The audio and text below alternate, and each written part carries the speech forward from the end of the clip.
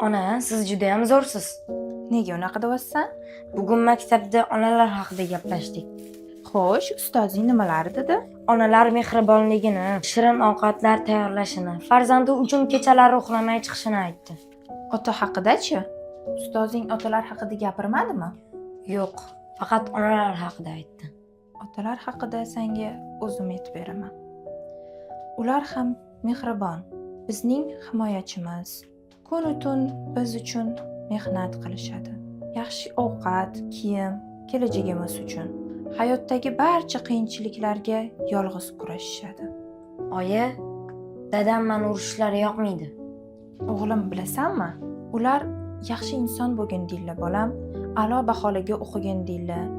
Bilasanmi nega tez jahlligi chiqadi? Chunki ular bizga o'xshab ko'z yoshligini to'kishmaydi. Barcha dardligi ichligida qoladi.